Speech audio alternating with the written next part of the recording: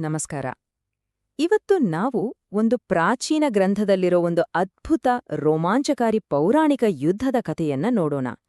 ಇಲ್ಲಿ ನಾವು ಎದುರಿಸೋದು ಒಬ್ಬ ಸಾಮಾನ್ಯ ರಾಕ್ಷಸನನ್ನಲ್ಲ, ಬದಲಿಗೆ ಅಜೇಯ ಅಂತಾನೆ ಹೆಸರಾದ ತನ್ನ ರಕ್ತದ ಒಂದೊಂದು ಹನಿಯಿಂದಲೂ ಮತ್ತೆ ಹುಟ್ಟಿ ಬರುವಂತ ಭಯಾನಕ ರಾಕ್ಷಸನನ್ನ. ಹಾಗಾದ್ರೆ ಬನ್ನಿ, ಈ ಯುದ್ಧದ ಹಿಂದಿರೋ ರಹಸ್ಯವನ್ನ ಒಟ್ಟಿಗೆ ತಿಳ್ಕೊಳ್ಳೋಣ. ಕಥೆ ಶುರುವಾಗೋದೇ ಅಸುರರ ರಾಜನಾದ ಶುಂಭನ ಕೋಪದಿಂದ. ತನ್ನ ಪ್ರಬಲ ಸೇನಾಪತಿಗಳೆಲ್ಲ ಸೋತ್ಹೋದ್ರಲ್ಲ ಅನ್ನೋ ಸೇಡಿನ ಕಿಚ್ಚಿನಲ್ಲಿ ಅವನೊಂದು ಘೋರ ಆಜ್ಞೆಯನ್ನ ಮಾಡ್ತಾನೆ. ನನ್ನ ಆಜ್ಞೆಯಂತೆ 50 ಕೋಟಿ ವೀರ್ಯ ಕುಟುಂಬಗಳು ಮತ್ತೆ 100 ಧೌಮ್ರ ಕುಲಗಳು ಹೊರಳ್ಳಿ ಅಂದ. ಅವನ ಬಾಯಿಂದ ಬಂದ ಈ ಒಂದೇ ಒಂದು ಮಾತು ಮುಂದೆ ಆಗಲಿದ್ದ ಮಹಾವಿನಾಶಕ್ಕೆ ಮುನ್ನುಡಿ ಬರೆಯಿತು. ಇದು ಸುಮ್ಮನೆ ಒಂದು ಯುದ್ಧ ಆಗಿರ್ಲಿಲ್ಲ, ಬದಲಿಗೆ ಇಡೀ ಅಸುರ ಕುಲದ ಅಳಿವು ಉಳಿವಿನ ಪ್ರಶ್ನೆ ಆಗಿತ್ತು. ಅಗಾಧ ಕೋಪ, ಅಸುರರಾಜನ ಸೈನ್ಯ ಸಮೀಕರಣ, ಸೋಲು ಮತ್ತು ಅವಮಾನದಿಂದ ಶುಂಭನ ಕೋಪಕ್ಕೆ ಈಗ ಯಾವುದೇ ಮಿತಿ ಇರಲಿಲ್ಲ. ಆ ಕೋಪದಲ್ಲಿ ಅವನು ತನ್ನ ಎಲ್ಲಾ ಅಸುರಕುಲಗಳನ್ನ, ಅಂದ್ರೆ ಪ್ರತಿಯೊಬ್ಬ ರಾಕ್ಷಸ ಯೋಧನನ್ನು ಒಂದೆಡೆ ಸೇರಿಸಿ ಒಂದು ಅಂತಿಮ, ಎಲ್ಲವನ್ನೂ ನಾಶ ಮಾಡುವಂಥ ದಾಳಿಗೆ ಸಿದ್ಧನಾಗ್ತಾನೆ. ಬಹುಶಃ ಇದು ಅವನ ಅಹಂಕಾರದ ಕೊನೆಯ ಹೋರಾಟ ಆಗಿತ್ತು. ಶುಂಭನ ಸೈನ್ಯ ಎಷ್ಟು ದೊಡ್ಡದಿತ್ತು ಅಂತ ಒಮ್ಮೆ ಕಲ್ಪನೆ ಮಾಡ್ಕೊಳ್ಳಿ. 86 ಉದಾಯುಧ ಕುಲಗಳು, 84 ಕಂಬು ಕುಟುಂಬಗಳು, 50 ಕೋಟಿ ವೀರ್ಯ ಕುಟುಂಬಗಳು, 100 ಧೌಮ್ರ ಕುಲಗಳು. ಅಬ್ಬಬ್ಬ! ಇಷ್ಟೇ ಅಲ್ಲ, ಕಾಲಕ, ದೌರ್ಹೃದ, ಮೌರ್ಯ ಮತ್ತು ಕಾಲಕೇಯ ಅನ್ನೋ ಮಹಾಭಯಂಕರ ಅಸುರರು ಈ ಸೈನ್ಯದಲ್ಲಿದ್ರು. ಅಕ್ಷರಶಃ ಆ ರಾಕ್ಷಸರ ಪಡೆ ನಡಿಬೇಕಾದ್ರೆ ಭೂಮಿಯೇ ನಡುಗುತ್ತಿತ್ತು, ದೇವಲೋಕವೇ ಬೆಚ್ಚಿಬೀಳ್ತಿತ್ತು. ಆದರೆ ಇಷ್ಟೊಂದು ದೊಡ್ಡ ಸೈನ್ಯವನ್ನ ನೋಡಿ ದೇವತೆಗಳು ಹೆದರ್ಕೊಳ್ತಾರಾ? ಖಂಡಿತ ಇಲ್ಲ. ಸಿಂಹವಾಹಿನಿಯಾದ ಚಂಡಿಕಾದೇವಿ ಮತ್ತು ಅವಳ ಜೊತೆಗಿದ್ದ ಭಯಾನಕ ಕಾಳಿ ಇಬ್ರೂ ಸೇರಿ ಮಾಡಿದ ಯುದ್ಧದ ಗರ್ಜನೆ ಹೇಗಿತ್ತು ಅಂದ್ರೆ, ಅದು ಅಸುರರ ಆರ್ಭಟವನ್ನೇ ಮೀರಿ ಇಡೀ ಬ್ರಹ್ಮಾಂಡದ ಮೂಲೆ ಮೂಲೆಗೂ ತಲುಪಿತು. ಅಲ್ಲಿಗೆ ಧರ್ಮಕ್ಕೂ ಅಧರ್ಮಕ್ಕೂ ನಡುವಿನ ಅಂತಿಮ ಯುದ್ಧಕ್ಕೆ ವೇದಿಕೆ ಸಿದ್ಧವಾಗಿತ್ತು. ದೈವೀ ಮಾತೃಕೆಯರ ಆಗಮನ, ದೇವತೆಗಳ ಮೂರ್ತೀಭವಿಸಿದ ಶಕ್ತಿಗಳು. ನೋಡಿ, ಚಂಡಿಕೆ ಈ ಯುದ್ಧದಲ್ಲಿ ಒಬ್ಬಂಟಿಯಾಗಿರ್ಲಿಲ್ಲ. ಅವಳಿಗೆ ಸಹಾಯ ಮಾಡಲು, ಅವಳ ಶಕ್ತಿಗೆ ಮತ್ತಷ್ಟು ಬಲ ತುಂಬಲು ಬೇರೆ ಬೇರೆ ದೇವತೆಗಳ ದೈವಿಕ ಶಕ್ತಿಗಳೇ ಸ್ತ್ರೀರೂಪ ತಳೆದು ಯುದ್ಧಭೂಮಿಗೆ ಬಂದು ಇಳಿದವು. ಇದೊಂದು ನಿಜಕ್ಕೂ ದೊಡ್ಡ ತಿರುವು. ಹಾಗಾದ್ರೆ ಈ ಶಕ್ತಿಯಂದ್ರೆ ಏನು? ಯಾರಿವರು? ಅರ್ಥ ಮಾಡ್ಕೊಳ್ಳಿ, ಇವರು ಸಾಮಾನ್ಯ ದೇವತೆಗಳಲ್ಲ. ಬದಲಿಗೆ ಸೃಷ್ಟಿಕರ್ತ ಬ್ರಹ್ಮ, ಪಾಲಕ ವಿಷ್ಣು, ಲಯಕಾರಕ ಶಿವ, ಹೀಗೆ ಪ್ರಮುಖ ದೇವರುಗಳ ಶಕ್ತಿಗಳೇ ಸ್ತ್ರೀರೂಪದಲ್ಲಿ ಯುದ್ಧಭೂಮಿಗೆ ಬಂದಿದ್ವು. ಆ ದೇವರುಗಳಿಗೆ ಯಾವ ರೂಪ, ಆಭರಣ, ವಾಹನ ಇತ್ತೋ ಅದೇ ರೂಪ, ಅದೇ ವಾಹನ ಈ ಶಕ್ತಿಗಳಿಗೂ ಇತ್ತು. ಹಾಗಾಗಿ ಇದು ಕೇವಲ ದೇವಿಯರ ಯುದ್ಧ ಅನ್ನೋದಕ್ಕಿಂತ ಇಡೀ ದೈವಿಕ ಶಕ್ತಿಗಳೇ ಒಟ್ಟಾಗಿ ಸೇರಿ ಮಾಡಿದ ಹೋರಾಟವಾಗಿತ್ತು. ಹಾಗಾದ್ರೆ ಯಾರ್ಯಾರು ಬಂದ್ರು ನೋಡಿ. ಬ್ರಹ್ಮನ ಶಕ್ತಿಯಾದ ಬ್ರಹ್ಮಾಣಿ ಹಂಸದ ರಥದಲ್ಲಿ ಬರ್ತಾಳೆ. ಶಿವನ ಶಕ್ತಿಯಾದ ಮಾಹೇಶ್ವರಿ ಗೂಳಿಯೇರಿ ತ್ರಿಶೂಲ ಹಿಡಿದು ಬರ್ತಾಳೆ. ಕುಮಾರಸ್ವಾಮಿಯ ಶಕ್ತಿ ಕೌಮಾರಿ ನವಿಲಿನ ಮೇಲೆ ಬರ್ತಾಳೆ. ವಿಷ್ಣುವಿನ ಶಕ್ತಿ ವೈಷ್ಣವಿ ಗರುಡನ ಮೇಲೆ ಶಂಖ, ಚಕ್ರ, ಗದೆ, ಖಡ್ಗ ಹಿಡಿದು ಬರ್ತಾಳೆ. ಅಷ್ಟೇ ಅಲ್ಲ, ವರಾಹನ ಶಕ್ತಿಯಾದ ವಾರಾಹಿ ಮತ್ತು ನರಸಿಂಹನ ಶಕ್ತಿಯಾದ ನಾರಸಿಂಹಿ ಕೂಡ ಬಂದು ಸೇರ್ಕೊಳ್ತಾರೆ. ಪ್ರತಿಯೊಬ್ಬರೂ ತಮ್ಮ ಮೂಲ ದೇವರ ಎಲ್ಲಾ ಶಕ್ತಿ, ಆಯುಧ ಮತ್ತು ವಾಹನಗಳೊಂದಿಗೆ ಅಸುರರನ್ನು ಎದುರಿಸಲು ಸಿದ್ಧರಾಗಿದ್ರು. ಇಷ್ಟೆಲ್ಲ ದೈವೀ ಶಕ್ತಿಗಳು ಒಂದೆಡೆ ಸೇರಿದ್ದಾಗ ಸ್ವತಃ ಮಹಾದೇವನೇ ಅಲ್ಲಿ ಪ್ರತ್ಯಕ್ಷನಾಗ್ತಾನೆ ಮತ್ತು ಚಂಡಿಕೆಗೆ ಹೇಳ್ತಾನೆ, ನನ್ನ ಸಂತೃಪ್ತಿಗಾಗಿ ಈ ಅಸುರರನ್ನು ಬೇಗ ಸಂಹಾರ ಮಾಡುವಂತ. ಸಾಕ್ಷಾತ್ ಶಿವನೇ ಈ ಮಾತನ್ನ ಹೇಳಿದಾಗ ಆ ಯುದ್ಧದ ಮಹತ್ವ ಎಷ್ಟರಮಟ್ಟಿಗೆ ಹೆಚ್ಚಾಯ್ತು ಅಲ್ವಾ? ಇದು ಭೂಮಿ ಮೇಲಿನ ಯುದ್ಧವಾಗಿ ಉಳಿದಿರಲಿಲ್ಲ, ಬದಲಿಗೆ ಧರ್ಮವನ್ನ ಮತ್ತೆ ಸ್ಥಾಪನೆ ಮಾಡೋ ಒಂದು ದೈವಿಕ ಸಂಕಲ್ಪವಾಗಿತ್ತು. ಸಂಹರಿಸಲಾಗದ ರಕ್ತಬೀಜಾಸುರ, ರಕ್ತ ಹರಿಸಲಾಗದ ಶತ್ರು. ಈಗ ದೈವೀ ಮಾತೃಕೆಯರೆಲ್ಲ ಒಟ್ಟಾಗಿ ಸೇರಿ ಮಾಡಿದ ದಾಳಿಗೆ ಅಸುರರ ಮೊದಲ ಪಡೆ ಅಕ್ಷರಶಃ ಧೂಳಿಪಟಾಗೋಯ್ತು. ಆದ್ರೆ ಕಥೆ ಇಲ್ಲಿಗ್ ಮುಗಿಲಿಲ್ಲ. ಇದು ಕೇವಲ ಆರಂಭ ಅಷ್ಟೇ. ಯುದ್ಧದ ಅಸಲಿ ಭಯಾನಕ ಸವಾಲು ಈಗ ಶುರುವಾಗ್ಬೇಕಿತ್ತು. ಈಗ ಎಂಟ್ರಿ ಆಗೋದೆ ಈ ಯುದ್ಧದ ನಿಜವಾದ ವಿಲನ್, ರಕ್ತಬೀಜ. ಅವನ ಹೆಸರಲ್ಲೇ ಅವನ ಶಕ್ತಿಯ ರಹಸ್ಯ ಅಡಗಿದೆ. ರಕ್ತಬೀಜ ಅಂದ್ರೆ ರಕ್ತದ ಬೀಜ. ಈ ಒಂದು ಶಕ್ತಿ ಅವನನ್ನ ಬಹುತೇಕ ಅಜೇಯನನ್ನಾಗಿ ಮಾಡಿತ್ತು. ಅಷ್ಟೇ ಅಲ್ಲ, ದೇವತೆಗಳಿಗೂ ಒಂದು ಕೆಟ್ಟ ಕನಸಾಗಿ ಕಾಡ್ತಾ ಇತ್ತು. ಹಾಗಾದ್ರೆ ಏನಿದು ಅವನ ಶಕ್ತಿ? ತುಂಬಾ ಸರಳ, ಆದ್ರೆ ಅಷ್ಟೇ ಭಯಾನಕ. ರಕ್ತಬೀಜನಿಗೆ ಯಾರಾದ್ರೂ ಹೊಡೆದು ಗಾಯ ಮಾಡಿದ್ರೆ ಅವನ ದೇಹದಿಂದ ರಕ್ತದ ಒಂದು ಹನಿ ನೆಲಕ್ಕೆ ಬೀಳುತ್ತೆ ಅಂದ್ಕೊಡಿ. ಅಷ್ಟೇ, ಆ ಒಂದೇ ಹನಿಯಿಂದ ಅವನಷ್ಟೇ ಶಕ್ತಿ ಇರೋ ಇನ್ನೊಬ್ಬ ರಕ್ತಬೀಜ ಹುಟ್ಕೊಂಡ್ಬಿಡ್ತಿದ್ದ. ಅಂದ್ರೆ ಅವನಿಗೆ ಎಷ್ಟು ಗಾಯ ಮಾಡ್ತಾರೋ ಅಷ್ಟು ಶತ್ರುಗಳು ಜಾಸ್ತಿ ಆಗ್ತಿದ್ರು. ಎಂಥ ವಿಚಿತ್ರ ಅಲ್ವಾ? ಇದ್ರಿಂದ ಏನಾಯ್ತು? ಮಾತೃಕೆಯರು ತಮ್ಮ ಶಕ್ತಿಶಾಲಿ ಆಯುಧಗಳಿಂದ, ಸಿಡಿಲು, ಭರ್ಜಿ, ಖಡ್ಗಗಳಿಂದ ಅವನ ಮೇಲೆ ದಾಳಿ ಮಾಡಿದ್ರು. ಆದ್ರೆ ಪರಿಸ್ಥಿತಿ ಸುಧಾರಿಸೋ ಬದಲು ಇನ್ನಷ್ಟು ಕೆಟ್ಟೋಯ್ತು. ಯಾಕಂದ್ರೆ ಅವ್ರು ಮಾಡ್ತಿದ್ದ ಪ್ರತಿಯೊಂದು ಗಾಯಮೂ ಒಂದೊಂದು ಹೊಸ ರಕ್ತಬೀಜನಿಗೆ ಜನ್ಮ ಕೊಡ್ತಿತ್ತು. ಅವ್ರು ಗೆಲ್ಲೋದಿಕ್ಕೆ ಅಂತ ಹೊಡಿತಿದ್ರೆ ಶತ್ರುಗಳ ಸಂಖ್ಯೆಯನ್ನ ತಾವೇ ಜಾಸ್ತಿ ಮಾಡ್ಕೊಳ್ತಿದ್ರು. ಯುದ್ಧ ನಿಧಾನವಾಗಿ ದೇವತೆಗಳ ಕೈ ಮೀರಿ ಹೋಗ್ತಾ ಇತ್ತು. ಫಲಿತಾಂಶ ಸಾವಿರಾರು, ಹೌದು, ಕೆಲವೇ ಕ್ಷಣಗಳಲ್ಲಿ ಇಡೀ ಯುದ್ಧಭೂಮಿ ಸಾವಿರಾರು ರಕ್ತಬೀಜರಿಂದ ತುಂಬಿಹೋಯ್ತು. ಎಲ್ಲಿ ನೋಡಿದ್ರೂ ರಕ್ತಬೀಜ, ಅವನದೇ ತದ್ರೂಪಿಗಳು. ಇದನ್ನ ನೋಡಿ ದೇವತೆಗಳು ತಮ್ಮ ಜೀವನದಲ್ಲೇ ಮೊದಲ ಬಾರಿಗೆ ಹತಾಶರಾದ್ರು. ನಿಲ್ಲೋಕೂ ಶಕ್ತಿಯಿಲ್ಲದ ಹಾಗೆ ಕುಸ್ತು ಹೋದ್ರು. ಒಂದು ಹತಾಶ, ಕ್ರೂರ ಪರಿಹಾರ. ಸಂಹರಿಸಲಾಗದವನನ್ನು ಸಂಹರಿಸುವುದು ಹೇಗೆ? ದೇವತೆಗಳೆಲ್ಲ ಹೀಗೆ ಹತಾಶೆಯಿಂದ ಕುಸಿದು ಬಿದ್ದಿದ್ದಾಗ ಚಂಡಿಕೆಯ ತಲೆಯಲ್ಲಿ ಒಂದು ಉಪಾಯ ಹೊಳೆಯಿತು. ಅದು ಸಾಮಾನ್ಯ ಉಪಾಯ ಆಗಿರ್ಲಿಲ್ಲ. ಅದು ಕ್ರೂರವಾಗಿತ್ತು, ಆದರೆ ನಿರ್ಣಯಕವಾಗಿತ್ತು. ಅಸಾಧ್ಯ ಅಂತ ಅನ್ಸೋ ಈ ಸಮಸ್ಯೆಗೆ ಅವಳತ್ರ ಒಂದು ಪರಿಹಾರ ಆಯಿತು. ಹಾಗಾದ್ರೆ ಯೋಚ್ನೆ ಮಾಡಿ, ಪ್ರತಿ ಗಾಯದಿಂದಲೂ ಸಂಖ್ಯೆಯಲ್ಲಿ ಜಾಸ್ತಿ ಆಗ್ತಾ ಹೋಗೋ ಸೈನ್ಯವನ್ನ ಸೋಲ್ಸೋದು ಹೇಗೆ? ಇದು ಕೇವಲ ಬಲದ ಪರೀಕ್ಷೆ ಆಗಿರ್ಲಿಲ್ಲ, ಬದಲಿಗೆ ಬುದ್ಧಿವಂತಿಕೆಯ ಪರೀಕ್ಷೆಯಾಗಿತ್ತು. ಈ ಒಗಟನ್ನ ಭೇದ್ಸೋದು ಹೇಗೆ? ಆಗ ಚಂಡಿಕೆ ಕಾಳಿಯನ್ನ ಕರೆದು ಹೀಗೆ ಹೇಳ್ತಾಳೆ, ಓ ಚಾಮುಂಡೆ, ನಿನ್ನ ಬಾಯಿಯನ್ನ ಅಗಲವಾಗಿದರೆ ನಾನು ನನ್ನ ಆಯುಧಗಳಿಂದ ಅವನಿಗೆ ಹೊಡೆದಾಗ ಅವನ ದೇಹದಿಂದ ಬೀಳೋ ರಕ್ತದ ಹಣಿಗಳನ್ನ ಅದು ನೆಲಮುಟ್ಟೋ ಮೊದಲೇ ಬೇಗನೆ ಕುಡಿದುಬಿಡು. ಹೀಗೆ ಮಾಡಿದ್ರೆ ರಕ್ತವೆಲ್ಲ ಕಾಲಿಯಾಡಿ ಈ ದೈತ್ಯ ನಾಶವಾಗ್ತಾನೆ. ಇದು ಯುದ್ಧದ ಗದಿಯನ್ನೇ ಬದಲಾಯಿಸಿಬಿಟ್ಟ ಒಂದು ಅದ್ಭುತ ತಂತ್ರವಾಗಿತ್ತು. ಈ ತಂತ್ರದ ಸೌಂದರ್ಯವೇ ಅದರ ಸಮನ್ವಯದಲ್ಲಿತ್ತು. ಒಂದು ಕಡೆ ಬೇರೆ ದೈವೀ ಮಾತೃಕೆಯರು ರಕ್ತಬೀಜನ ಮೇಲೆ ದಾಳಿ ಮಾಡಿ ಅವನನ್ನ ಗಾಯಗೊಳಿಸ್ತಿದ್ರು. ಇನ್ನೊಂದು ಕಡೆ ಕಾಳಿ ಅಂದ್ರೆ ಚಾಮುಂಡ ಅವನ ರಕ್ತದ ಒಂದು ಹನಿಯೂ ನೆಲಕ್ಕೆ ಬೀಳದಂತೆ ನೋಡ್ಕೊಳ್ತಿದ್ಲು. ಒಬ್ಬರು ಮೂಲ ರಾಕ್ಷಸನನ್ನ ದುರ್ಬಲಗೊಳಿಸಿದ್ರೆ ಇನ್ನೊಬ್ರು ಅವನ ಶಕ್ತಿ ಮತ್ತೆ ಹುಟ್ಟಿಕೊಳ್ಳದ ಹಾಗೆ ತಡಿತಿದ್ರು. ಇದೊಂದು ಪರಿಪೂರ್ಣ ಮತ್ತು ಅಷ್ಟೇ ಮಾರಣಾಂತಿಕವಾದ ಪ್ಲಾನ್ ಆಗಿತ್ತು. ರಕ್ತಪಾತದ ಮೂಲಕ ವಿಜಯ, ರಕ್ತಬೀಜಾಸುರನ ಅಂತ್ಯ. ಈ ಅದ್ಭುತ ತಂತ್ರದೊಂದಿಗೆ ಯುದ್ಧ ಈಗ ತನ್ನ ಕ್ಲೈಮ್ಯಾಕ್ಸ್ಗೆ ಅಂದ್ರೆ ಅಂತಿಮ ಘಟ್ಟಕ್ಕೆ ಬಂದು ತಲುಪಿತು. ರಕ್ತಬೀಜನ ಅಂತ್ಯ ಈಗ ಬಹಳ ದೂರ ಇರಲಿಲ್ಲ. ಯುದ್ಧದ ಕೊನೆಯ ದೃಶ್ಯವನ್ನ ಒಮ್ಮೆ ಕಣ್ಣು ಮುಂದೆ ತಂದುಕೊಳ್ಳಿ. ಮಾತೃಕೆಯರು ತಮ್ಮ ಎಲ್ಲ ಆಯುಧಗಳಿಂದ ರಕ್ತಬೀಜನನ್ನ ಮನಬಂದಂತೆ ಹೊಡಿತಿದ್ದಾರೆ.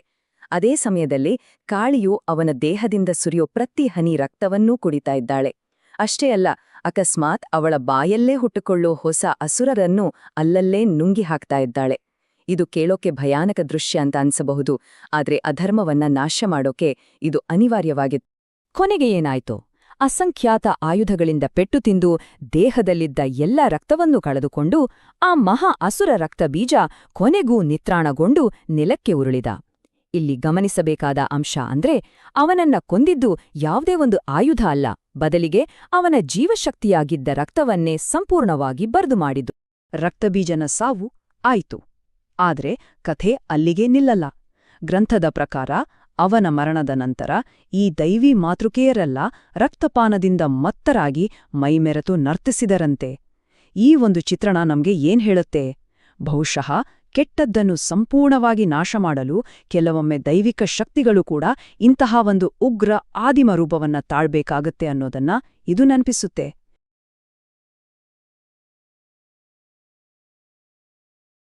ನಮಸ್ಕಾರ. ಇವತ್ತು ನಾವು ಒಂದು ಮಹಾಯುದ್ಧದ ಕಥೆಯನ್ನ ನೋಡೋಣ. ಇದು ಧರ್ಮಕ್ಕೂ ಅಧರ್ಮಕ್ಕೂ ನಡೆದ ಸಂಘರ್ಷ, ಅದರಲ್ಲೂ ದೇವಿ ಮತ್ತು ಅಸುರ ನಿಶುಂಭನ ನಡುವಿನ ಆ ರೋಚಕ ಕದನದ ಬಗ್ಗೆ ತಿಳಿದುಕೊಳ್ಳೋಣ. ಯುದ್ಧರಂಗದಲ್ಲಿ ಏನಾಗ್ತಿದಂದ್ರೆ ನಿಶುಂಭನ ಕಣ್ಣ ಮುಂದೆಯೇ ಅವನ ಇಡೀ ಸೇನೆ ನಾಶ ಆಗ್ತಿದೆ. ಇದನ್ನ ನೋಡಿ ಅವನಿಗೆ ರಕ್ತ ಕುದಿಯೋಕೆ ಶುರುವಾಗುತ್ತೆ. ಇನ್ನು ಸುಮ್ನಿದ್ರೆ ಆಗಲ್ಲ ಅಂತ ಕೋಪದಿಂದ ತಾನೇ ಯುದ್ಧಕ್ಕೆ ಧುಮುಕ್ತಾನೆ. ಆ ಕ್ಷಣದಿಂದ ಯುದ್ಧದ ಗತಿಯೇ ಪೂರ್ತಿ ಬದಲಾಗಿಬಿಡುತ್ತೆ. ಹಾಗಿದ್ರೆ ಈ ಯುದ್ಧ ಯಾಕಿಷ್ಟು ಉಗ್ರವಾಯಿತು ಅಂದ್ರೆ ಇದಕ್ಕೆ ಕಾರಣ ರಕ್ತಬೀಜ ಅನ್ನೋ ಒಬ್ಬ ಮಹಾ ಅಸುರನ ಸಾವು. ತಮ್ಮವನೊಬ್ಬನ ಸಾವಿನಿಂದ ಶುಂಭ ನಿಶುಂಭ ಅನ್ನೋ ಅಸುರ ಸಹೋದರರ ಕೋಪ ಅಕ್ಷರಶಃ ಜ್ವಾಲಾಮುಖಿಯಂತೆ ಸ್ಫೋಟಗೊಳ್ಳುತ್ತೆ. ಅವರ ಸೀಡಿನ ಕಿಡಿ ಇಡೀ ಯುದ್ಧರಂಗವನ್ನೇ ಆವರಿಸ್ಬಿಡುತ್ತೆ. ನೋಡಿ, ನಿಶುಂಭ ಒಬ್ನೇ ಬರ್ತಿಲ್ಲ, ಅವನ್ ಜೊತೆ ಅವನ ಸೇನೆಯ ಅತ್ಯಂತ ಶ್ರೇಷ್ಠ ಯೋಧರ ಪಡೆಯೇ ಇದೆ. ಒಬ್ಳೇ ಇರೋ ದೇವಿಯನ್ನ ಎದುರಿಸೋಕೆ ಇಡೀ ಅಸುರ ಸೇನೆಯೇ ಸಿದ್ಧವಾಗಿ ನಿಂತಿದೆ. ಇದು ಕೇವಲ ಯುದ್ಧವಲ್ಲ, ಬದಲಿಗೆ ದೇವಿಗೆ ಒಂದು ನೇರ ಸವಾಲು. ಸರಿ, ಇನ್ನು ಶುರುವಾಗೋದೇ ನಿಜವಾದ ಕದನ. ದೈವಿಕ ಶಕ್ತಿ ಮತ್ತು ಅಸುರೀ ಶಕ್ತಿಗಳ ನಡುವಿನ ಒಂದು ನೇರ ಮುಖಾಮುಖಿ ಇದು. ಒಂದೊಂದು ಅಸ್ತ್ರವು ಬ್ರಹ್ಮಾಂಡದ ಶಕ್ತಿಯನ್ನೇ ಹೊತ್ತು ಅಪ್ಪಳಿಸುತ್ತೆ. ಯಾರು ಗೆಲ್ತಾರೆ ಅಂತ ಊಹಿಸೋಗೂ ಸಾಧ್ಯವಿಲ್ಲ. ನಿಶುಂಭ ಮೊದಲೇನ್ ಮಾಡ್ತಾನೆ ಗೊತ್ತಾ? ನೇರ ಮಾಡಿ ದೇವಿಯ ಮೇಲೆ ದಾಳಿ ಮಾಡಲ್ಲ. ಬದಲಿಗೆ ಅವಳ ವಾಹನ, ಆ ಭವ್ಯ ಸಿಂಹದ ಮೇಲೆ ತನ್ನ ಖಡ್ಗದಿಂದ ಪ್ರಹಾರ ಮಾಡ್ತಾನೆ. ಇದು ಬರೀ ಒಂದು ದಾಳಿಯಲ್ಲ, ದೇವಿಯ ಧೈರ್ಯವನ್ನೇ ಅಲುಗಾಡಿಸೋಕೆ ಮಾಡಿದ ಒಂದು ತಂತ್ರ. ಆದ್ರೆ ದೇವಿ ಇದ್ಯಾವುದಕ್ಕೂ ಜಗ್ಗೋದಿಲ್ಲ. ಅವಳ ಸ್ಥೈರ್ಯ ಅಚಲವಾಗಿರುತ್ತೆ. ನಿಶುಂಭ ಯಾವ ಅಸ್ತ್ರ ಪ್ರಯೋಗಿಸಿದ್ರೂ ಅದಕ್ಕೆ ಉತ್ತರವಾಗಿ ಅದಕ್ಕಿಂತಲೂ ಶಕ್ತಿಶಾಲಿಯಾದ ಪ್ರತ್ಯಸ್ತ್ರ ಅವಳ ಬಳಿ ಸಿದ್ಧವಾಗಿರುತ್ತೆ. ಅವಳ ಪ್ರತಿಯೊಂದು ಪ್ರತಿದಾಳಿಯೂ ನಿಶುಂಭನ ಲೆಕ್ಕಾಚಾರವನ್ನೇ ತಲೆಕೆಳಗು ಮಾಡುತ್ತೆ. ಈ ಸಲ ನಿಶುಂಭ ತನ್ನೆಲ್ಲ ಶಕ್ತಿಯನ್ನ ಹಾಕಿ ಒಂದು ದೊಡ್ಡ ಗದೆಯನ್ನ ಬೀಸುತ್ತಾನೆ. ಆದ್ರೆ ಏನಾಗತ್ತೆ? ದೇವಿಯ ತ್ರಿಶೂಲದ ಶಕ್ತಿಯ ಮುಂದೆ ಆ ಗದೆ ಅಕ್ಷರಶಃ ಬೂದಿಯಾಗಿ ಹೋಗುತ್ತೆ. ಅಸುರನ ಬಲ ದೈವೀ ಶಕ್ತಿಯ ಮುಂದೆ ಎಷ್ಟೊಂದು ನಗಣ್ಯ ಅನ್ನೋದಕ್ಕೆ ಇದೊಂದು ಉದಾಹರಣೆ ಅಷ್ಟೇ. ಸತತ ಹೋರಾಟದ ನಂತರ ದೇವಿಯ ಬಾಣಗಳ ಹೊಡೆತಕ್ಕೆ ನಿಶುಂಭ ಗಾಯಗೊಂಡು ನೆಲಕ್ಕೆ ಬೀಳುತ್ತಾನೆ. ಒಂದು ಕ್ಷಣಕ್ಕೆ ಯುದ್ಧ ಮುಗೀತು ಅಂತ ಎಲ್ಲರಿಗೂ ಅನ್ಸುತ್ತೆ. ಆದ್ರೆ ಇಲ್ಲ, ಇದು ಅಂತ್ಯ ಅಲ್ಲ, ಬದಲಿಗೆ ಇನ್ನೊಂದು ಭಯಾನಕ ಅಧ್ಯಾಯದ ಆರಂಭವಷ್ಟೇ. ತನ್ನ ತಮ್ಮ ನೆಲಕ್ಕೆ ಬಿದ್ದಿದ್ದನ್ನ ನೋಡಿದ ಕೂಡ್ಲೇ ಅಣ್ಣನಾದ ಶುಂಭನಿಗೆ ಕೋಪ ನೆತ್ತಿಗೇರುತ್ತೆ. ಅವನು ತನ್ನ ರಥದೊಂದಿಗೆ ರಣರಂಗಕ್ಕೆ ಧುಮುಕ್ತಾನೆ. ಅವನ 8 ಬಲಿಷ್ಠ ತೋಳುಕುಲು ಆಕಾಶವನ್ನೇ ಮುಚ್ಚಿಬಿಡ್ತವೆ. ಈಗ ಯುದ್ಧದ ತೀವ್ರತೆ ಇಮ್ಮಡಿಯಾಗುತ್ತೆ. ಈಗ ನೋಡಿ, ಯುದ್ಧ ಕೇವಲ ಅಸ್ತ್ರಗಳದ್ದಾಗಿ ಉಳಿಯೋದಿಲ್ಲ, ಬದಲಿಗೆ ಶಬ್ದಗಳ ಯುದ್ಧವಾಗಿ ಬದಲಾಗುತ್ತೆ. ಒಂದ್ ಕಡೆ ಶುಂಭನ ಸಿಂಹಗರ್ಜನೆ 3 ಲೋಕಗಳನ್ನೂ ನಡುಗಿಸಿದ್ರೆ, ಮತ್ತೊಂದು ಕಡೆ ದೇವಿಯ ಶಂಖನಾದ, ಬಿಲ್ಲಿನ ಟಂಕಾರ ಮತ್ತೆ ಘಂಟೆಯ ನಾದಗಳು ಅಸುರರ ಶಕ್ತಿಯನ್ನೇ ಕುಗ್ಗಿಸಿಬಿಡ್ತವೆ. ಅಕ್ಷರಶಃ ಇದೊಂದು ಸಾನಿಕ್ ವಾರ್. ಆಮೇಲೆ ಶುರುವಾಗುತ್ತೆ ನೋಡಿ ಬಾಣಗಳ ಸುರಿಮಳೆ. ಶುಂಭ ಮತ್ತು ದೇವಿ ಇಬ್ರೂ ಸಾವಿರಾರು ಬಾಣಗಳನ್ನು ಪ್ರಯೋಗಿಸ್ತಾರೆ. ಇಡೀ ಆಕಾಶ ಬಾಣಗಳಿಂದ ಕಪ್ಪಾಗೋಗುತ್ತೆ. ಇಬ್ರೂ ಅಷ್ಟು ನಿಖರವಾಗಿ ಹೋರಾಡ್ತಾರೆ ಅಂದ್ರೆ ಒಬ್ರು ಬಾಣವನ್ನ ಇನ್ನೊಬ್ರು ದಾರಿಯಲ್ಲೇ ತಡೀತಾರೆ. ಇದೊಂದು ಅದ್ಭುತವಾದ ದೃಶ್ಯ. ಈ ಬಿರುಸಿನ ಕಾಳಗದ ಮಧ್ಯೆ ದೇವಿಗೆ ಒಂದು ಅವಕಾಶ ಸಿಗುತ್ತೆ. ಅದನ್ನ ಸರಿಯಾಗಿ ಬಳಸ್ಕೊಂಡು ತನ್ನ ಶೂಲದಿಂದ ಶುಂಭನನ್ನ ಇರಿಯುತ್ತಾಳೆ. ಆ ಹೊಡೆತಕ್ಕೆ ಅವನು ಮೂರ್ಛೆ ಹೋಗಿ ಕೆಳಗೆ ಬೀಳ್ತಾನೆ. ಕ್ಷಣಕಾಲ ಅಸುರರ ಸೇನೆಗೆ ನಾಯಕನೇ ಇಳ್ದಂತಾಗತ್ತೆ. ಒಬ್ಬ ಅಣ್ಣ ಕೆಳಗೆ ಬೀಳುತ್ತಿದ್ದಂತೆ ಇನ್ನೊಬ್ಬ ತಮ್ಮ ಎದ್ದು ನಿಲ್ಲುತ್ತಾನೆ. ಹೌದು, ನಿಶುಂಭನಿಗೆ ಪ್ರಜ್ಞೆ ಬರುತ್ತೆ.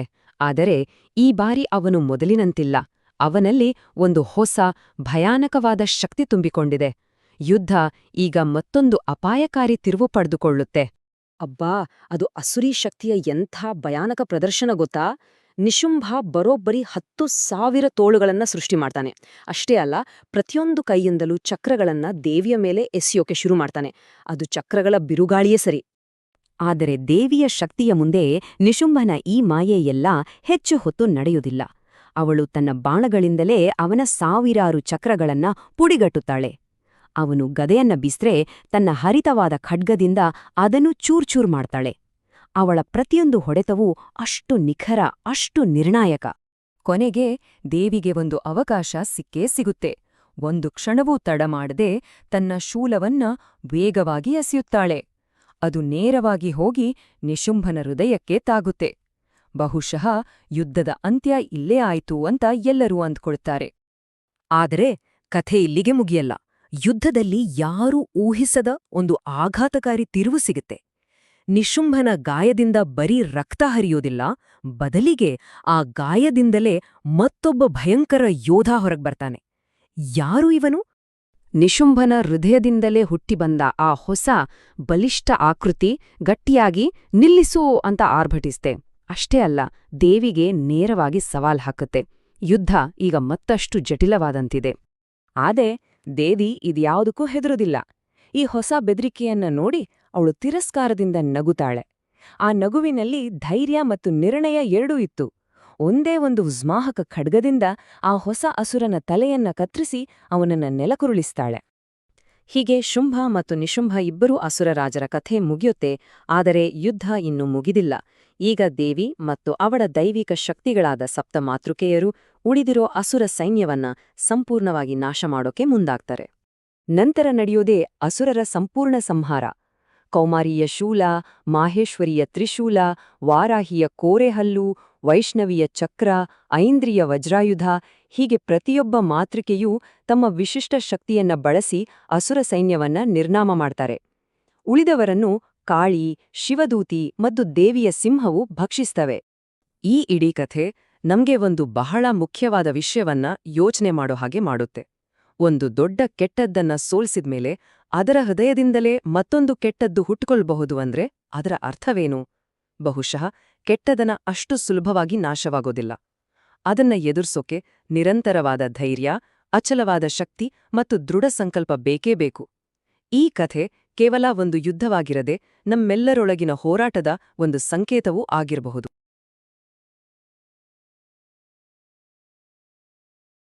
ಒಂದು ಕಡೆ ಅಸುರರ ರಾಜ ಶುಂಭ, ಇನ್ನೊಂದು ಕಡೆ ಸಾಕ್ಷಾತ್ ಬ್ರಹ್ಮಾಂಡದ ಶಕ್ತಿ ದುರ್ಗೆ. ದೇವಿ ಮಹಾತ್ಮೆಯ ಈ ಅಂತಿಮ ಅಧ್ಯಾಯದಲ್ಲಿ ಇವರಿಬ್ಬರ ನಡುವೆ ಒಂದು ಮಹಾಯುದ್ಧ ನಡೆಯಲಿದೆ. ಆದರೆ ಇದು ಬರೀ ಆಯುಧಗಳ ಸಂಘರ್ಷ ಅಲ್ಲ, ಇದು ಇಡೀ ಬ್ರಹ್ಮಾಂಡದ ಅಸ್ತಿತ್ವದ ಬಗ್ಗೆನೇ ಎದ್ದಿರೋ ಒಂದು ದೊಡ್ಡ ಪ್ರಶ್ನೆಗೆ ಉತ್ತರ ಸಿಗುವ ಸಮಯ. ನೋಡಿ, ಇಡೀ ಕಥೆ ಶುರುವಾಗುವುದೇ ಈ ಒಂದೇ ಒಂದು ಮಾತಿಂದ. ರಾಕ್ಷಸರಾಜ ಶುಂಭ ಕೋಪದಿಂದ ದೇವಿಯನ್ನ ದೂಷಿಸ್ತಾನೆ. ಅವಳ ಶಕ್ತಿ ಅವಳ ಸ್ವಂತದಲ್ಲ ಅಂತ. ಇದು ಬರೀ ಒಂದು ಆರೋಪ ಅಲ್ಲ, ಇದು ದೇವಿಯ ಅಸ್ತಿತ್ವಕ್ಕೆ ಹಾಕಿದ ಒಂದು ಸವಾಲು. ಹಾಗಾದ್ರೆ ಇದರ ಹಿನ್ನೆಲೆ ಏನು ಯೋಚನೆ ಮಾಡಿ. ತನ್ನ ಪ್ರೀತಿಯ ತಮ್ಮ ನಿಶುಂಭ ಸತ್ಹೋಗಿದಾನೆ, ಇಡೀ ಸೇನೆ ನಾಶವಾಗಿದೆ. ಸೊ ಈ ಹಂತದಲ್ಲಿ ಶುಂಭನ ಹತ್ರ ಉಳಿದಿರೋ ಕೊನೆಯ ಅಸ್ತ್ರ ಅಂದ್ರೆ ಅದು ಅವನ ಅಹಂಕಾರದ ಮಾತುಗಳು. ಅದನ್ನೇ ದೇವಿಯ ಮೇಲೆ ಪ್ರಯೋಗಿಸ್ತಾನೆ. ಹಾಗಾದ್ರೆ ಶುಂಭನ ಮಾತಲ್ಲಿ ಏನಾದ್ರೂ ಸತ್ಯ ಇದೆಯಾ? ದೇವಿಯು ನಿಜವಾಗ್ಲೂ ಬೇರೆಯವರ ಶಕ್ತಿನ ಅವಲಂಬಿಸಿದ್ಲಾ? ಅಥವಾ ನಮ್ಮ ಕಣ್ಣಿಗೆ ಕಾಣದಿರೋ ಇನ್ನೇನೋ ದೊಡ್ಡ ರಹಸ್ಯ ಇಲ್ಲಿ ಅಡಗಿದ್ಯಾ? ಸರಿ, ಇಲ್ಲೇ ನೋಡಿ, ಕಥೆಗೆ ಒಂದು ಅದ್ಭುತವಾದ ತಿರುವು ಸಿಗೋದು. ಶುಂಭನ ಅಹಂಕಾರದ ಸವಾಲಿಗೆ ದೇವಿ ಬರೀ ಮಾತಲ್ಲಿ ಉತ್ತರ ಕೊಡೋದಿಲ್ಲ, ಬದಲಿಗೆ ಇಡೀ ಬ್ರಹ್ಮಾಂಡದ ಸತ್ಯವನ್ನೇ ಅವನ ಕಣ್ಣು ಮುಂದೆ ತೆರೆದಿಡ್ತಾಳೆ. ದೇವಿಯ ಉತ್ತರ ಯುದ್ಧದ ಗತಿಯನ್ನೇ ಬದಲಿಸ್ಬಿಡುತ್ತೆ. ಅವಳು ಏನ್ ಹೇಳ್ತಾಳೆ ಗೊತ್ತಾ? ಈ ಜಗತ್ತಿನಲ್ಲಿ ನಾನೊಬ್ಳೇ ಇರೋದು, ನನ್ನ ಬಿಟ್ರೆ ಬೇರೆ ಯಾರೂ ಇಲ್ಲ. ಅಂದ್ರೆ ಅವಳಿಗೆ ಸಹಾಯ ಮಾಡ್ತಿದ್ದ ಬೇರೆಲ್ಲ ದೇವತೆಗಳು ಯಾರೋ ಬೇರೆಯವರಲ್ಲ, ಅವೆಲ್ಲ ತನ್ನದೇ ಶಕ್ತಿಯ ಬೇರೆ ಬೇರೆ ರೂಪಗಳು ಅಂತ ಘೋಷಿಸ್ಬಿಡ್ತಾಳೆ. ಅಬ್ಬಾ, ಇದೊಂದು ಕಣ್ಣಿಗೆ ಕಟ್ಟುವಂಥ ದೃಶ್ಯ. ಬ್ರಹ್ಮಾಣಿ, ವಾರಾಹಿ, ಇಂದ್ರಾಣಿ ಹೀಗೆ ಪ್ರತಿಯೊಂದು ದೈವಿ ಶಕ್ತಿಗಳು ಒಂದಾದ್ಮೇಲೆ ಒಂದರಂತೆ ತಮ್ಮ ಮೂಲವಾದ ಅಂಬಿಕೆಯ ದೇಹದಲ್ಲಿ ಮತ್ತೆ ಒಂದಾಗ್ತವೆ. ಆ ಎಲ್ಲಾ ರೂಪಗಳು ಮಾಯವಾಗಿ ಕೊನೆಗೆ ಉಳಿಯೋದು ಆ ಒಬ್ಬಳೆ ಏಕೈಕ ಅದ್ವಿತೀಯ ಶಕ್ತಿ ಮಾತ್ರ. ಈ ಕಾನ್ಸೆಪ್ಟ್ಗೆ ವಿಭೂತಿ ಅಂತ ಕರೀತಾರೆ. ಇದನ್ನ ಸರಳವಾಗಿ ಅರ್ಥ ಮಾಡ್ಕೋಬೇಕು ಅಂದ್ರೆ ಸೂರ್ಯನನ್ನೇ ತೊಕೊಳ್ಳಿ. ಸೂರ್ಯನಿಂದ ಸಾವಿರಾರು ಕಿರಣಗಳು ಹೊರಹೊಮ್ಮುತ್ತವೆ ಅಲ್ವಾ? ಆ ಕಿರಣಗಳು ಸೂರ್ಯನಿಂದ ಬೇರೆ ಅಂತ ನಮಗನ್ಸಿದ್ರು ಅವೆಲ್ಲವೂ ಸೂರ್ಯನದೇ ಒಂದು ಭಾಗ. ಸರಿಯಾಗಿ ಹಾಗೆಯೇ ಆ ಎಲ್ಲ ಶಕ್ತಿಗಳು ಅಂಬಿಕೆಯದೇ ವೈಭವದ ಬೇರೆ ಬೇರೆ ಪ್ರದರ್ಶನಗಳಾಗಿದ್ದವು ಅಷ್ಟೇ. ಸೊ ಈ ದೊಡ್ಡ ತಾತ್ವಿಕ ಸತ್ಯ ಸ್ಥಾಪನೆಯಾದ ಮೇಲೆ ಕಥೆ ಮತ್ತೆ ಯುದ್ಧಭೂಮಿಗೆ ವಾಪಸ್ ಬರುತ್ತೆ. ಈಗ ಇದು ಅಂಬಿಕೆ ಮತ್ತು ಶುಂಭನ ನಡುವಿನ ಒನ್ ಫೈಟ್. ದೇವತೆಗಳಿರಲಿ ರಾಕ್ಷಸರಿರಲಿ ಎಲ್ಲರೂ ಉಸಿರು ಬಿಗಿ ಹಿಡಿದು ನೋಡ್ತಿದ್ದಾರೆ. ಅಂಬಿಕೆ ಮತ್ತು ಶುಂಭನ ನಡುವೆ ಅಂಥ ಭಯಾನಕ ಯುದ್ಧ ಶುರುವಾಗತ್ತೆ. ಅವರ ಅಸ್ತ್ರಗಳ ಘರ್ಷಣೆ ಇಡೀ ಲೋಕವನ್ನೇ ನಡಗಿಸಿಬಿಡತ್ತೆ. ಇಲ್ಲಿ ದೇವಿಯ ಪರಾಕ್ರಮ ನೋಡ್ಬೇಕು. ಅವಳು ತುಂಬನೇ ಸಿಸ್ಟಮ್ಯಾಟಿಕ್ ಆಗಿ ಶುಂಭನ ಒಂದೊಂದೇ ಅಸ್ತ್ರವನ್ನ ನಾಶ ಮಾಡ್ತಾಳೆ. ಅವನ ಬಿಲ್ಲನ್ನ ಮುರಿತಾಳೆ, ಗದೆಯನ್ನ ಪುಡಿ ಮಾಡ್ತಾಳೆ, ಖಡ್ಗವನ್ನ ಚೂರ್ ಮಾಡ್ತಾಳೆ. ಅವನ ಪ್ರತಿಯೊಂದು ಅಸ್ತ್ರ ಬೀಳೋದ್ರ ಜೊತೆಗೆ ಅವನ ಅಹಂಕಾರವೂ ಕುಸಿಯುತ್ತಾ ಬರುತ್ತೆ. ಕೊನೆಗೆ ಎಲ್ಲಾ ಅಸ್ತ್ರಗಳು ಮುಗಿದ ಮೇಲೆ ಯುದ್ಧವು ಕೈ ಮಿಲಾಯಿಸೋ ಹಂತಕ್ಕೆ ಬರುತ್ತೆ. ಇದನ್ನ ಪ್ರೈಮಲ್ ಅಂತಾರಲ್ಲ, ಆ ರೀತಿ. ಇದು ಬರೀ ಶಕ್ತಿ ಪರೀಕ್ಷೆಯಲ್ಲ, ಇದು ಇಚ್ಛಾಶಕ್ತಿಯ ಪರೀಕ್ಷೆ. ನೋಡಿ, ಅವರ ಯುದ್ಧ ಬರೀ ನೆಲದ ಮೇಲೆ ನಡೆಯೋದಿಲ್ಲ, ಅದು ಆಕಾಶಕ್ಕೆ ಶಿಫ್ಟ್ ಆಗುತ್ತೆ. ಶುಂಭನು ಅವಳಿಗೆ ಹೊಡೆದರೆ ಅವಳು ಪ್ರತಿಯಾಗಿ ಹೊಡೀತಾಳೆ. ಅವನು ಅವಳನ್ನ ಹಿಡಿದು ಆಕಾಶಕ್ಕೆ ಹಾರ್ದಾಗ ಇಬ್ಬರು ಗ್ರಾವಿಟಿಯನ್ನು ಮೀರಿ ಯಾವುದೇ ಆಧಾರವಿಲ್ಲದೆ ಗಾಳಿಯಲ್ಲೇ ಹೋರಾಡ್ತಾರೆ. ಈ ದೃಶ್ಯವನ್ನ ನೋಡಿ ಸಿದ್ಧರು ಮುನಿಗಳೇ ಬೆರಗಾಗ್ಬಿಡ್ತಾರೆ. ತುಂಬ ಸಮಯದ ಹೋರಾಟದ ನಂತರ ಯುದ್ಧ ಈಗ ತನ್ನ ಕ್ಲೈಮ್ಯಾಕ್ಸ್ಗೆ ಬಂದು ತಲುಪಿದೆ. ಯಾರು ಗೆಲ್ತಾರೆ ಅನ್ನೋ ಕುತೂಹಲ ಎಲ್ಲರಲ್ಲೂ. ಇಲ್ಲೇ ನೋಡಿ ಯುದ್ಧದ ಟರ್ನಿಂಗ್ ಪಾಯಿಂಟ್. ಆಕಾಶದಲ್ಲಿ ನಡೆಯೋ ಆ ಹೋರಾಟದಲ್ಲಿ ದೇವಿಯ ಶಕ್ತಿ ಮೇಲಾಗುತ್ತೆ. ಅವಳು ಶುಂಭನನ್ನ ಹಿಡಿದು ಗಿರನೆ ತಿರುಗಿಸಿ ಮತ್ತೆ ಭೂಮಿಗೆ ಬಿಸಾಕ್ತಾಳೆ. ಅವನ ಸೋಲು ಈಗ ಬಹುತೇಕ ಖಚಿತ. ಆದ್ರೆ ಅಷ್ಟೆಲ್ಲ ಆದ್ಮೇಲೂ ಆಕಾಶದಿಂದ ಬಿದ್ರೂ ಶುಂಭನ ಹಠ ಮಾತ್ರ ಮುಗ್ದಿರೋದಿಲ್ಲ. ತನ್ನಲ್ಲಿರೋ ಕೊನೆಯ ಶಕ್ತಿಯನ್ನೆಲ್ಲ ಒಟ್ಟುಗೂಡಿಸಿ ದೇವಿಯನ್ನ ಮುಗಿಸೋಕೆ ಅಂತ ಅವಳ ಕಡೆಗೆ ನುಗ್ಗಿ ಬರ್ತಾನೆ. ಆದರೆ ಅದುವೇ ಅವನ ಕೊನೆ. ಶುಂಭ ವೇಗವಾಗಿ ಬರ್ತಿದ್ದ ಹಾಗೆ ದೇವಿ ತನ್ನ ಶೂಲವನ್ನ ನೇರವಾಗಿ ಅವನ ಎದೆಗೆ ಚುಚ್ಚುತ್ತಾಳೆ. ಆ ರಾಕ್ಷಸ ರಾಜನ ಆಳ್ವಿಕೆಗೆ ಅಲ್ಲಿಗೆ ಅಂತ್ಯ ಹಾಡುತ್ತಾಳೆ. ಅವನು ಬಿದ್ದ ರಭಸಕ್ಕೆ ಇಡೀ ಭೂಮಿಯೇ ಕಂಪಿಸಿದ ಹಾಗಾಗುತ್ತೆ. ಯುದ್ಧದ ಆ ಭೀಕರ ಸದ್ದು ಗದ್ದಲವೆಲ್ಲ ನಿಂತು ಈಗ ಎಲ್ಲೆಲ್ಲೂ ಒಂದು ಆಳವಾದ ಶಾಂತಿ. ಶುಂಭ ಸತ್ತ ಮೇಲೆ ಇಡೀ ಬ್ರಹ್ಮಾಂಡದಲ್ಲಾದ ಬದಲಾವಣೆ ಇದೆಯಲ್ಲ, ಅದು ನಿಜಕ್ಕೂ ಅದ್ಭುತ. ಶುಂಭನ ಸಾವಿನ ಎಫೆಕ್ಟ್ ತಕ್ಷಣವೇ ಕಾಣಿಸುತ್ತೆ. ಯುದ್ಧದ ಸಮಯದಲ್ಲಿ ತುಂಬಿದ್ದ ಆ ಭಯ, ಆ ಕತ್ತಲೆ, ಅವ್ಯವಸ್ಥೆ ಎಲ್ಲವೂ ಮಾಯವಾಗಿ ಇಡೀ ಜಗತ್ತು ಮತ್ತೆ ತನ್ನ ಸಹಜ ಸ್ಥಿತಿಗೆ, ಒಂದು ರೀತಿ ಸಾಮರಸ್ಯಕ್ಕೆ ಮರಳುತ್ತೆ. ಭಯದ ಜಾಗದಲ್ಲಿ ನೆಮ್ಮದಿ ತುಂಬಿಕೊಳ್ಳುತ್ತೆ. ಇವೆಲ್ಲವೂ ಬ್ರಹ್ಮಾಂಡ ಮತ್ತೆ ಬ್ಯಾಲೆನ್ಸ್ಗೆ ಬಂದಿದ್ರ ಸಂಕೇತಗಳು. ನದಿಗಳು ಮತ್ತೆ ಸಹಜವಾಗಿ ಹರಿಯೋಕ್ ಶುರು ಮಾಡಿದ್ವು. ಸೂರ್ಯನು ತನ್ನ ಪೂರ್ಣ ವೈಭವದಿಂದ ಬೆಳಗಿದನು. ಇಡೀ ಪ್ರಕೃತಿಯೇ ಒಂದು ದೊಡ್ಡ ನಿಟುಸಿರು ಬಿಟ್ಟ ಹಾಗೆ ಭಾಸವಾಗುತ್ತೆ. ಕೊನೆಗೆ ಆ ದುಷ್ಟನ ಅಂತ್ಯದೊಂದಿಗೆ ಇಡೀ ಸೃಷ್ಟಿ ಒಂದು ರೀತಿಯ ರಿಲೀಫ್ ಅನುಭವಿಸುತ್ತೆ. ಪ್ರತಿಯೊಂದು ಜೀವಿಯ ಮೇಲೂ ಒಂದು ಆಳವಾದ ಶಾಂತಿ ಮತ್ತು ನ್ಯಾಯಸ್ಥಾಪನೆಯಾದ ಭಾವನೆ ಮೂಡುತ್ತೆ. ಈ ಇಡೀ ಕಥೆ ನಮ್ಮ ಮುಂದೆ ಒಂದು ಬಹಳ ಮುಖ್ಯವಾದ ಪ್ರಶ್ನೆಯನ್ನು ಇಡುತ್ತೆ.